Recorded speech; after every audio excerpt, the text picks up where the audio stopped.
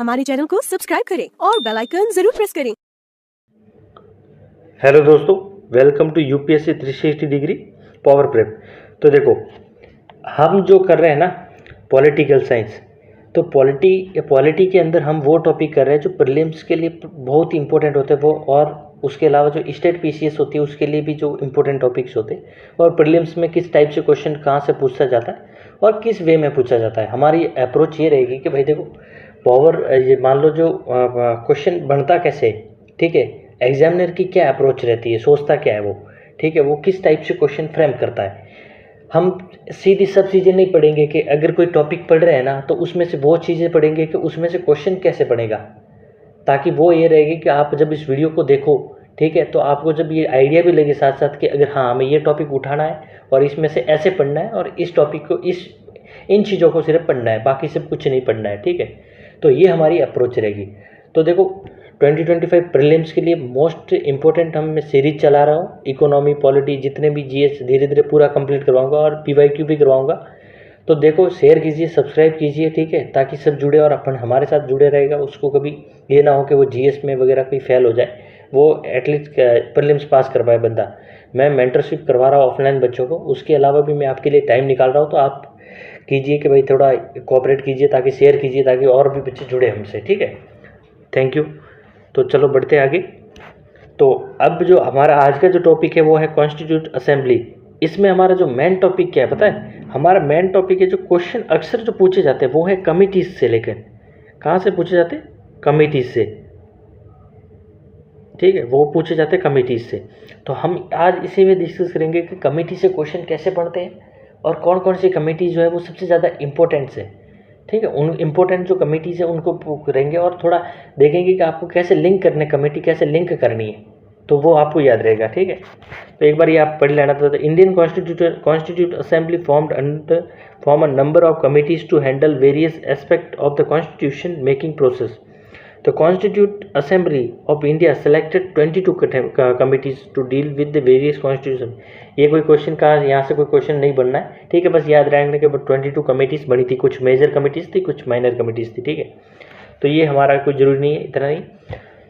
थोड़ा अगर बैकग्राउंड देखना हो, देखो, ज़रूरी नहीं कि यहाँ से क्वेश्चन नहीं बनना है। मैं मानता हूँ कि 2025 में तो आपको यहाँ से क्वेश्चन नहीं आएगा, ठीक है, पर भी आपको पढ़ने थोड़ा बैकग्राउंड पता होना चाहिए। The constitute assembly which was constituted, assembly कब बनी थी ये थोड़ा ध्यान रखना है। 1940 ये ध्यान ही होता है हर बच्चे को। 1946 in line with the cabinet mission plan drafted in Indian constitution, constitute assembly was formally established as a fully independent legislature after attained independence। मतलब ये जो असेंबली थी ना, इसी को एक फुल्ली इंडिपेंडेंट लेजिस्लेचर बनाया गया था जब ये इंडिपेंडेंट प्राप्त हुआ। जब तक इलेक्शन नहीं हुआ ना तब तक इसी को एक तो लेजिस्लेचर के रूप में काम कर रहा था।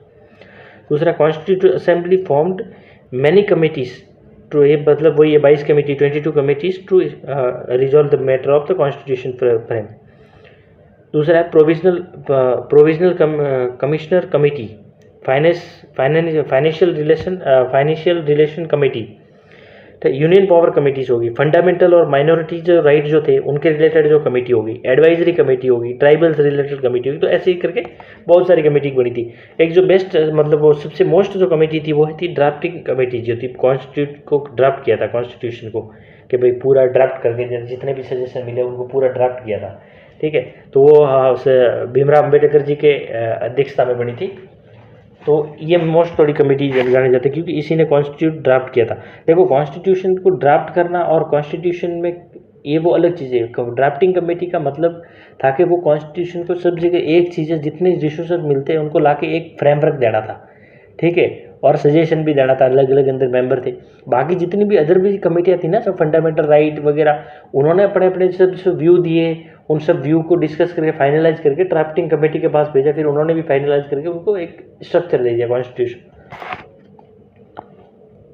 तो देखो, अब आते हैं committees of the constitute assembly, ठीक है। एक two committees are two types, those that deal with the procedure matter and those are the material importance. Most important committee और ड्राफ्टिंग कमेटी, ये हमने पढ़ लिया, ठीक है। अब हम पढ़ेंगे कमेटी जो यहाँ से क्वेश्चन बनते हैं। देखो, अब क्वेश्चन बनने का यहाँ से तरीका कैसे, क्वेश्चन कैसे बनेगा। पहली बात, क्वेश्चन बनेगा कि एक तो बनेगा कि आपको कमिटीज़ दे दी, ठीक है, कमेटी दे दी, सामने दे दिया नाम कि किससे रिलेटेड है, मैचिंग वाला आ सकता है वापस। यूपीएससी अभी 2 साल नहीं पूछे तो आ सकता है, या फिर ऐसे ही कमेटी दे दी और दे दी कि इसमें से कौन सा गलत है और कौन सा सही है, ये पूछ लिया कि भाई इसमें से गलत कौन सा है और सही कौन सा है, मैचिंग है या नहीं है। या फिर 3 ऑप्शन दे दिए उसमें से कि कौन सा मैचिंग नहीं है या फिर कौन सा मैचिंग है, ये पूछ लिया। दूसरा, ऐसी कमेटी बना ली, मान लो कमेटी का नाम दे दिया सीधा स्टेट पीसीएस के रिलेटेड, उसमें पूछा किसकी है, या फिर कोई नाम दे दिया वो किस कमेटी, 3-4 कमेटी का नाम दे दिया कि भाई जो पंडित नेहरू जी थे उन्होंने किस कमेटी को हेड किया था, ऐसा पूछ लिया। तो इससे क्वेश्चन, इस टाइप के क्वेश्चन बनने की ज़्यादा पॉसिबिलिटीज़ है। अब देखते हैं मेजर कमिटीज़। तो देखो उसको याद रखने का क्या है, अगर आपको कोई यूनियन नाम दिखता है ना, यूनियन पावर कमेटी, जहाँ भी यूनियन दिख रहा है, ठीक है, मोस्टली एक सिंपल तरीका बताओ, जहाँ अगर यूनियन नाम दिख रहा है आपको तो वो समझना है कि वो जवाहरलाल नेहरू के अंदर होगी। यूनियन पावर कमेटी हो गई, पंडित जवाहरलाल नेहरू हो गया। यूनियन कॉन्स्टिट्यूट असेंबली होगी, वो भी यूनियन इसके नेहरू जी के अंडर में होगी। दूसरा, ठीक है, एक तो यूनियन वाला हो गया। अब स्टेट कमेटी, अगर स्टेट का नाम आ गया, state committee for negotiation with state के साथ बातचीत करनी है, तो यहाँ कन्फ्यूजन होता है। ये जो है ना, ये ज़्यादा कन्फ्यूज करता है बच्चों को। क्यों? कि भाई स्टेट के साथ तो जो यूनिफिकेशन हुआ था इंडिया का, तो सरदार वल्लभ भाई पटेल और वीपी मेनन जो थे वो आईएएस अधिकारी थे उस समय, तो वीपी मेनन जो थे और ये थे, इन्होंने काम किया था, पटेल जी ने काम किया था, सरदार पटेल ने। तो स्टेट के साथ नेगोशिएशन तो सरदार पटेल ने किया था, तो वो कमेटी तो सरदार पटेल के पास होनी चाहिए। नहीं, ये कन्फ्यूजन है। आप ये इसी में ज़्यादा कन्फ्यूजन होता है, और यहाँ से सवाल ऐसे जब कन्फ्यूज होता है ना बच्चा, तो वहाँ से फिर सवाल बनता है। तो देखो ये जो नेगोशिएट करने की जो कमेटी थी ना स्टेट के साथ, वो जवाहरलाल नेहरू के अंडर में थी, ठीक है। तो आपको ये ध्यान रखना कि अगर कि यूनियन का नाम आए तो जवाहरलाल नेहरू हो गए कि यूनियन कमेटी, कोई भी यूनियन रिलेटेड है। स्टेट के साथ नेगोशिएशन है तो कंफ्यूज नहीं होना है पंडित नेहरू में और पटेल के बीच में, सरदार पटेल के बीच में। तो सोचना है कि जो स्टेट के साथ नेगोशिएशन की कमेटी थी वो किसकी थी, वो जवाहरलाल नेहरू की थी। तो ये इंपॉर्टेंट कमेटी है, तो आपको ध्यान रखना है, ठीक है। अगर प्रोविजनल नाम आ रहा है, क्योंकि तो आपको ये सोचना कि उस समय स्टेट नहीं बने थे, उस समय प्रोविजनल थे। तो स्टेट जो प्रोविंस में बटा था, तो प्रोविंस के साथ यानी प्रोविजनल कमेटी जो थी वो सरदार पटेल के पास थी। कौन सी कमेटी? Provisional committee. अब दूसरा सरदार पटेल की और देखते हैं कौन, एक फंडामेंटल राइट। अब देखते हैं फंडामेंटल राइट का है, ठीक है। ये देखो, advisory committee on fundamental rights, minorities, tribal, excluded areas, वो किसके बीच में थी, वो किसके अंडर थी, सरदार पटेल के अंडर थी। इसके अंदर माइनर कमेटी भी थी, वो मतलब सब कमेटीज भी थी इसके अंडर। तो देखो पहली बात, सरदार पटेल के अंदर कौन कौन सी, यूनियन वाली जो भी यूनियन पावर कमेटी या यूनियन कॉन्स्टिट्यूशन कमेटी होगी। दूसरी, स्टेट के साथ नेगोशिएशन करने की जो कमेटी थी, ये 3 कमेटियाँ जवाहरलाल नेहरू के अंडर में थी। और एक पटेल के अंदर कौन सी थी, ये से ध्यान रखो, फिर नेहरू हो गए, फिर पटेल आ गए। पटेल के अंदर कौन सी थी, पटेल के अंडर जो कमेटी थी वो थी एक प्रोविंस जो थे उस टाइम प्रोविजनल कमेटी थी, ठीक है। प्रोविजनल कॉन्स्टिट्यूशन कमेटी होगी। दूसरी, फंडामेंटल के राइट, अगर कोई फंडामेंटल आता है, fundamental committee on fundamental rights, जिसमें माइनॉरिटीज, ट्राइबल्स, ऐसा कोई आ रहा है पूरा, तो वो सरदार पटेल के अंडर थी और उसके अंदर सब कमेटीज थी। तो ये इंपॉर्टेंट है। ये कौन सा इंपॉर्टेंट, ये है। अब ये जो सब कमेटीज है ना, सब कमेटीज, ये 2 सब committees are the important because UPSC already asked question on that. State PCS already asked question on that. Now they got understood that student and aspirants are aware about those committees and who were the head of that committee. So definitely they know that now we have to go some depth. If they will go depth, they will go here. तो वो fundamental right का पूछेगा, बच्चे को सरदार पटेल दे दिया, बच्चे ने टिक मार के आ गया, सरदार पटेल हो गया। अगर फंडामेंटल राइट सब कमेटी पूछ रहा है और बच्चे ने क्या किया, एग्जाम में गलती क्या करता है, एग्जाम में गलती ये करेगा कि भाई देखो फंडामेंटल राइट्स कौन है, सरदार पटेल है, करके आ गया टिक। लेकिन ये नहीं पड़ेगा सब कमेटी, ये किसके बीच में, जेपी कृपलानी जो थे ना, उनके अंडर में थी। सरदार पटेल की जो फंडामेंटल राइट के ऊपर जो कमेटीज थी, माइनर ट्राइबल, उसके अंडर जो थी सब कमेटीज थी। कितनी सब कमेटीज थी, 4 सब कमेटीज थी। कितनी, 4 देयर वर 4 सब कमेटीज। तो 4 सब कमेटीज जो थी ना, उसके अंदर जो फंडामेंटल राइट्स की जो सब कमेटी थी वो थी जेपी कृपलानी के अंदर। कौन उसका हेड कौन था? जेपी कृपलानी जी के उनके हेड थे। दूसरा माइनॉरिटीज़, ये जो ऑप्शन दिए ना इन्हीं के अंदर वापस सब कमेटियाँ माइनॉरिटी की जो थी ना वो थे एच जी मुखर्जी। कौन थे? वो थे H G Mukherjee. H G Mukherjee जो थे वो थे माइनॉरिटीज़ के और फंडामेंटल के जेपी कृपलानी सब कमेटी के, और माइनॉरिटी की सब कमेटी के एच जी मुखर्जी। एक है नॉर्थ ईस्ट, मान लो असम अरुणाचल, इस साइड की अगर बात आती है ना तो ये गोपीनाथ बारदलोई, ये इनको ध्यान रखना, गोपीनाथ बारदलोई। अगर नॉर्थ ईस्ट फ्रंटियर का ट्राइबल कमेटी ट्राइबल एरिया की बात आती है ना तो कौन था? जेपी कृपला, ये गोपीनाथ बारदलोई, ये ध्यान रखना, जो गोपीनाथ बारदलोई, नॉर्थ ईस्ट की बात। फिर आता है excluded and partially excluded area. यहाँ कन्फ्यूज मत होना, नॉर्थ ईस्ट अगर नाम आ रहा है ट्राइबल एरिया और नॉर्थ ईस्ट जैसे असम, ठीक है, अगर ऐसा नाम आ रहा है तो थे जो गोपीनाथ, इतना ध्यान रखो, गोपीनाथ जी जो थे वो थे। फिर आता है अगर एक्सक्लूडेड और पार्शियली एक्सक्लूडेड एरिया जो था ना, ठीक है, अदर देन असम, या फिर सिर्फ एक्सक्लूडेड आगे से लिखा है तो वो था एवी ठक्कर। कौन थे? एवी ठक्कर जो थे वो थे। तो आई होप समझ में आया होगा कि जो सरदार पटेल जो थे उनके अंडर दो कमेटीज थी। कौन सी? एक तो प्रोविजनल कॉन्स्टिट्यूशन कमेटी जो थी, प्रोविजन नाम आ गया तो उनका हो गया सरदार पटेल। एक थी advisory committee on fundamental rights, ठीक है, फंडामेंटल राइट्स जो हो गए माइनॉरिटीज ट्राइबल, उनके अंदर एक 4 जो थी फॉर सब कमेटीज आर देयर। तो उन फॉर सब कमेटी में फंडामेंटल राइट की जो थी वो थी जेपी कृपलानी फंडामेंटल राइट, और माइनॉरिटीज़ की जो थी वो एच जी मुखर्जी थे, और नॉर्थ ईस्ट फ्रंटियर की जो कमेटी थी वो थी गोपीनाथ बारदलोई, गोपीनाथ, और एक्सक्लूडेड अदर देन असम का जो था ना वो थे एवी ठक्कर जी। तो आई होप कि आपको ये सरदार पटेल जी और जवाहरलाल नेहरू जी के बारे में समझ में आ गया कि भाई यूनियन और स्टेट से जो नेगोशिएशन करना था वो नेहरू जी की थी। अब देखो,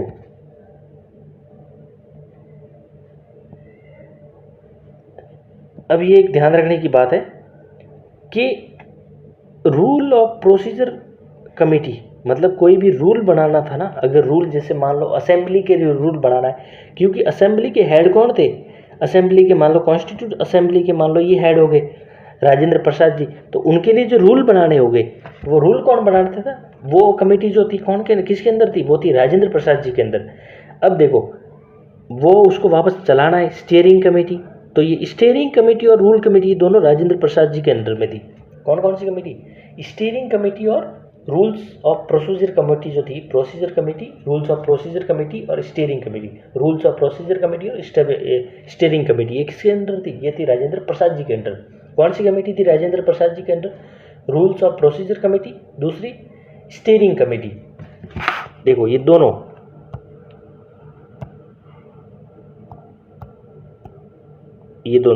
जो कमेटी है, रूल ऑफ प्रोसीजर कमेटी और स्टीयरिंग कमेटी, ये राजेंद्र प्रसाद जी के अंडर में थी। ठीक है, तो आई होप आपको ये मेजर कमेटी आपको समझ में आ गया कि आपको लिंक कैसे करना है। पहले जवाहरलाल नेहरू को कंप्लीट कर लो, फिर पटेल जी का, उनके अंदर सब कमेटी जाके, ठीक है। तो ये इस पे आते, अब आते माइनर कमेटी। यहाँ से यूपीएससी क्वेश्चन अब पूछेगा और पूछता भी है और पूछेगा भी, ये आपको ध्यान रखना है, इनको आपको रटना है। ये देखो मैं ऐसे कर रहा, इसको आप स्क्रीनशॉट ले लो, ठीक है, स्क्रीनशॉट ले लो, इसको मैं वेट कर रहा हूँ, आप इसको स्क्रीनशॉट ले लो और अपने सामने लगा दो, तो आपको बार बार जब पढ़ोगे ना तब आपको याद होगी ये कमेटी। अब उसको थोड़ा देखते हैं। Committee on function of constitute assembly. Constitute assembly जो थी ना, उसका जो फंक्शन हो रहा था ना, उसकी थी जीवी, कौन थे? जीवी मालवंकर जो थे ना, वो जीवी मालवंकर जी, वो जो फंक्शन ऑफ कॉन्स्टिट्यूट असेंबली के अंदर क्या फंक्शन होना है उसकी कमेटी थी। भाई क्या क्या फंक्शन होगा कॉन्स्टिट्यूट असेंबली में, कैसे काम करेगी, ठीक है, कैसे कैसे चीज़ें बननी चाहिए, वो जो था ना वो किसके अंडर थी कमेटी? वो थी जेवी मालवंकर के अंडर में थी। दूसरा ऑर्डर ऑफ बिजनेस कमेटी, मतलब कैसे कैसे बिजनेस होगा वो हाउस का, कैसे कैसे कंडक्ट होगा business. Order of business house committee तो थी ना, वो थी के एम मुंशी जी, याद रखो, मुंशी थानेदार के एम मुंशी जी याद रखो। Order of business committee. दूसरा हाउस कमेटी, हाउस के लिए कमेटी बनी थी, जैसे बहुत से टाइप की होती है, जैसे मोरल कुछ भी हो सकती है। जो हाउस कमेटी थी वो किसकी थी? हाउस कमेटी थी पिट्टाभी सीतारमैया। रमैया वस्तावैया मूवी देखी होगी, तो पिट्टाभी चित्तारमैया, ठीक है। अलूरिम चित्तारम रज्जू तो सुना ही होगा नाम, ठीक है, अभी मूवी भी बनी थी। तो पिट्टाभी चित्तारमैया, वो जो थे हाउस कमेटी के प्रेसिडेंट थे। फिर एडहॉक कमेटी, एडहॉक कमेटी तो अभी पढ़ते हैं नेशनल फ्लैग के लिए, ये भी राजेंद्र प्रसाद की याद रखना। राजेंद्र प्रसाद की अभी टोटल कितनी कमेटी है? 4, 2 वहाँ पे और 2 माइनर कमेटी है, ठीक है। 2 माइनर कौन सी? एक तो finance and staff committee. Staff भाई अगर वो हाउस में संभाल रहे हैं तो उसका जो स्टाफ होगा और उसके पैसे का देखभाल होगा तो वो हाउस का वो कौन करता है? जैसे प्रेसिडेंट होता है वही करता है हाउस का। तो ये इतना ध्यान रखो, जो प्रेसिडेंट है वही करता है। तो हाउस का फाइनेंस और स्टाफ कमेटी किसके अंदर होगी? राजेंद्र प्रसाद जी के अंदर होगी। नेशनल फ्लैग की कमेटी किसके अंदर है? राजेंद्र प्रसाद जी के अंदर। और मेजर कमेटी में स्टीयरिंग कमेटी होगी, रूल्स ऑफ ये जो हाउस के लिए रूल्स बनाने, ठीक है, उसके लिए भी कमेटी राजेंद्र प्रसाद जी के अंडर में होगी। दूसरी press gallery committee. Press gallery जो कमेटी थी वो किसकी थी? उषा नाथ सेन के अंदर। ये मान लो, इनका नाम याद रखना, उषा नाथ सेन के अंदर press gallery committee, very very important, ठीक है। इनको आप जरूर याद रखिएगा, ये पूछता भी है 2-4 स्टेट पीसीएस में, ये है ना पूछने का चांस बढ़ता है इसको थोड़ा। तो ये प्रेस जो कमेटी है ना, प्रेस गैलरी, मान लो कि प्रेस करने की, अपना जो प्रेस कौन करते हैं? प्रेस औरतें करती है, Usha Nath Sen. Committee on to examine effect of Indian independence, committee to examine effect of Indian independence, ये होगी। कमेटी ऑन, ये तो उनका नाम इतने इंपॉर्टेंट है ही नहीं वैसे, ठीक। Committee on chief commissioners provision, Pattabhi Sitaramayya. तो पीठाभी सीतारामैया भी 2 कमेटी होगी, ठीक है। पीठा हाउस कमेटी होगी और जो कमिश्नर्स जो थे, चीफ कमिश्नर, 4 जो चीफ कमिश्नर्स जो थे प्रोविंस, उनकी जो कमेटी वो भी पीठाभी सीतारामैया थी, ठीक है।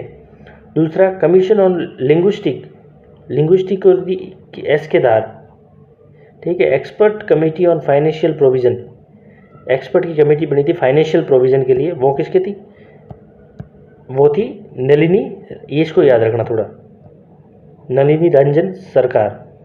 नलिनी रंजन सरकार जो थे वो कौन थे?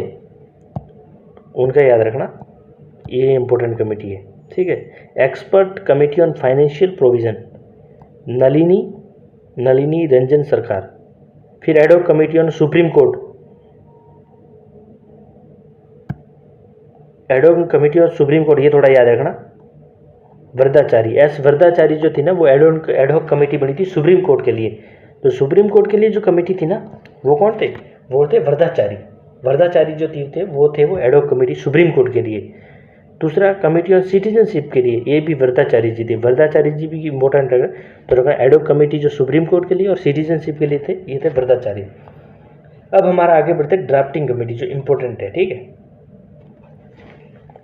देखो, drafting commission was establish by the constitutional council on August, ये थोड़ा याद रखना, August 29, 1947, shared by doctor Ambedkar to prepare drafting of the constitution. Constitution का ड्राफ्ट बनाने के लिए भीमराव अम्बेडकर जी के अध्यक्षता में 29 अगस्त 1947 को ये कमेटी को इस्टेब्लिश किया था, 29 अगस्त, ठीक है। It has 7 member. Drafting committee is most important body to instate, ये देखो आप पढ़ लेना, इतना important. It is interested to finally task of drafting new constitution based on the report of submitted by other committee. मैंने कहा देखो, other committee ने जितनी भी रिपोर्ट दी ना, उनके आधार पर एक कंक्लूजन निकाल के कॉन्स्टिट्यूशन को फ्रेम करना था। फर्स्ट ड्राफ्ट वाज पब्लिश, ये ध्यान रखने का बात है। अब इसको इंपॉर्टेंट कौन सा मैं आपको बता देता हूँ, ठीक है।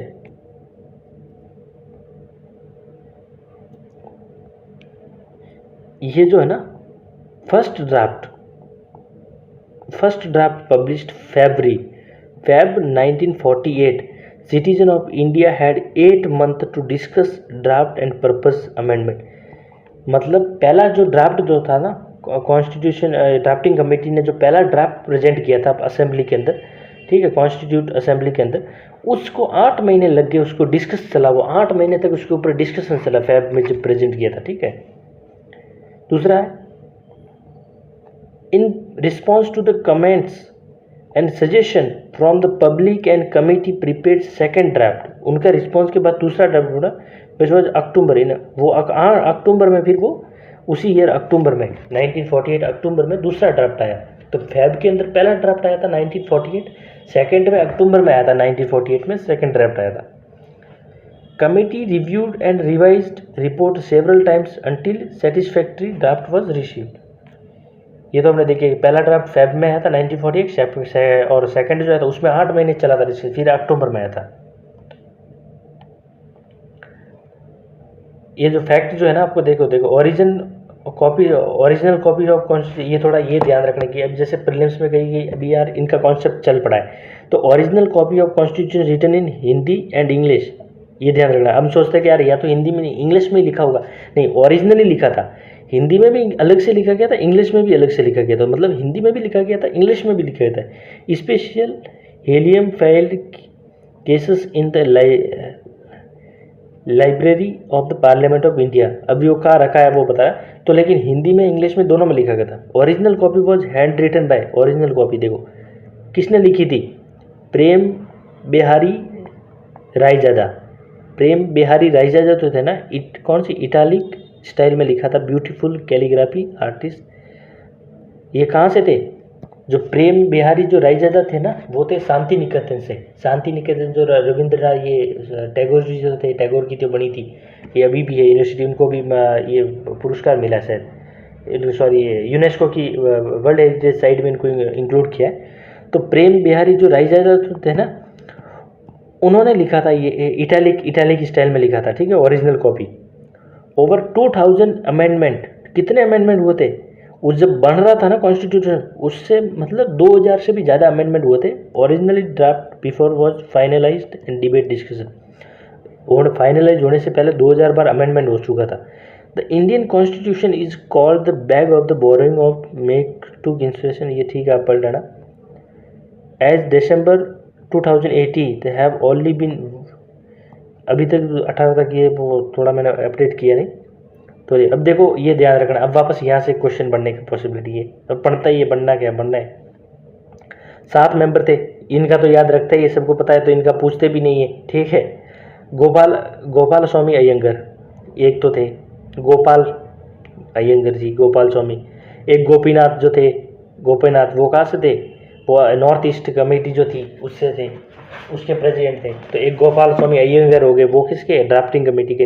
एक कृष्ण, ये अदाली याद करो तो या तो सिर्फ अदाली याद रख लेना, ठीक है, या फिर रख लेना अय्यर का ही नाम आता है तो रखना ड्राफ्टिंग कमेटी के थे, ठीक है। कृष्णमा स्वामी या कृष्ण स्वामी जो थे वो थे ड्राफ्टिंग कमेटी के, अदाली कृष्ण स्वामी अय्यर। तो okay, doctor KM Munshi ji अगर आए नाम के, कहीं मुंशी जी आ गया तो मुंशी जी भी किसके थे, ड्राफ्टिंग कमेटी के। मुंशी जी हो गए, अदाली कृष्णम स्वामी अय्यर हो गए, गोपाल स्वामी अयंगर हो गए, ठीक है, गोपाल स्वामी अयंगर, अदाली कृष्णम स्वामी अय्यर हो गए, KM मुंशी जी हो गए, ये किसके मेंबर, ड्राफ्टिंग कमेटी के। सैयद मोहम्मद शाहदुल माधवराव अगर नाम आता है, या फिर सैयद मोहम्मद नाम आता है, मोहम्मद सादुल, तो ये भी किसी ड्राफ्टिंग कमेटी। ही रिप्लेस, किसको रिप्लेस किया था, BL मित्र को रिप्लेस किया था, जो उनकी खराब हेल्थ के कारण उन्होंने रिजाइन दे दिया था कि भाई मैं हेल्थ अच्छी नहीं है तो मैं नहीं कर पाऊंगा। कौन, किसने रिजाइन दिया था, BL मित्र ने रिजाइन दिया था। उसकी जगह पर कौन आए थे, सैयद मोहम्मद सादुल माधवराव जी जो थे, सैयद मोहम्मद सादुल, वो आए थे किसकी जगह पर, BL मित्र राव की जगह पर। तो हो गए कौन हो गए, गोपाल स्वामी अयंगर हो गए, अदाली कृष्णम अय्यर हो गए, KM मुंशी जी हो गए, सैयद मोहम्मद सादुल माधवराव हो गए, जो BL मित्र की जगह पर आए थे। उनकी डेथ नहीं हुई थी, हेल्थ खराब थी। फिर टी कृष्णमाचारी जी कौन आए, टी कृष्णमाचारी जो भी थे साउथ के थे, ये DP खेतान के टाइम आए थे। खेतान मतलब DP खेतान के प्लेस पे आए थे, क्यों, उनकी 48 में डेथ हो गई थी, तो ये मतलब पहले से नहीं थे, ये लेट आए दोनों। और ये कृष्णमाचारी तो लेट आए क्योंकि DP खेतान की जो थी वो डेथ हो गई थी, डेथ के कारण आए। तो आपको ये हो गया कि कृष्णमाचारी कौन थे, गोपाल स्वामी अयंगर हो गए, ठीक है, और आदिल कृष्णमा स्वामी अय्यर हो गए, KM मुंशी हो गए, सैयद मोहम्मद सादुल साहब माधवराव हो गए, जो BL मित्र के टाइम आए थे, जिनको उन्होंने रिजाइन कर दिया था। और टी के आए ना, टी के याद रखना, टी कृष्णमाचारी जो थे उन्होंने DP खेतान की मौत होने के बाद आए, डेथ हो गई थी उनकी, तो उनके बाद आए थे DP खेतान जी की जब चले गए। तो the constitute assembly formed 22 committees to address variety of constitutional concerns. The constitution finally draft was final draft. देखो हमने कहा पहला जो ड्राफ्ट था 48 के अंदर फेब में पब्लिश हुआ, 8 महीने डिस्कशन चला, फिर अक्टूबर में सेकंड 48 में भी हुआ 1948, ठीक है, 1948 में सेकंड हुआ। लेकिन फाइनल जो ड्राफ्ट था वो 4 नवंबर, ज़्यादा टाइम नहीं लगा, 4 नवंबर 1948 एंड पार्लियामेंट रेटिफाइड इस, पार्लियामेंट ने रेटिफाइड किया 26 नवंबर डिस्कशन करने के बाद उसको रेटिफाई कर साइन कर दिया था। तो मतलब कहते हैं कॉन्स्टिट्यूशन उस समय मतलब इम्प्लीमेंट हो गया था, लेकिन ये कहा कि भाई देखो हमने जब ये हुआ था ना, जब कंप्लीट स्वराज की डिमांड कर रहे थे लाहौर सेशंस के बाद, ठीक है, तो उस समय को हमने रिकॉग्नाइज करने के लिए ये कहा कि भाई जो 26 जनवरी है आएगा ये 1950 को, उसको हम ये डिक्लेयर करेंगे फाइनली कि भाई कॉन्स्टिट्यूशन अप्लाइड हुआ। तो कुछ कुछ प्रोविजन जो नेसेसरी थे उनको पहले अप्लाइड कर दिए गए। तो ये पहले जो था नवंबर 26 को फाइनल अप्रूवल मिल गया था, और जो फाइनल ड्राफ्ट जो था वो 4 नवंबर 1948 में बना था। तो आई होप कि आपको समझ में आ गया होगा, ठीक है। और यही था आज का, और ये इंपॉर्टेंट जहाँ से कहाँ से क्वेश्चन इंपॉर्टेंट कैसे बढ़ते हैं वो मैंने आपको समझा दिया। तो आप ऐसे पढ़ोगे, कमेटी का नाम किसका याद रखना जरूरी है तो रखो, ठीक है, और ऐसे पढ़ा करो, ठीक है। थैंक यू, और हम ऐसे ही लेके आते रहेंगे series. Thank you for watching.